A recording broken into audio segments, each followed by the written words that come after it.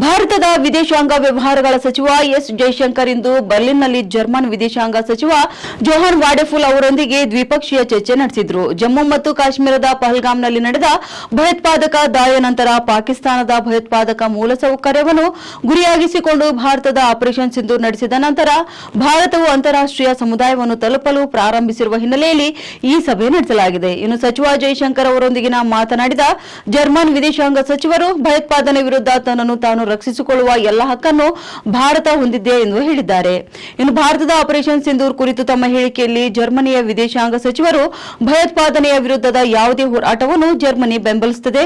ಇನ್ನು ಜಗತ್ತಿನಲ್ಲಿ ಕೂಡ ಎಲ್ಲೆಲ್ಲಿಯೂ ಭಯೋತ್ಪಾದನೆಗೆ ಎಂದಿಗೂ ಸ್ಥಾನವಿರುವುದಿಲ್ಲ.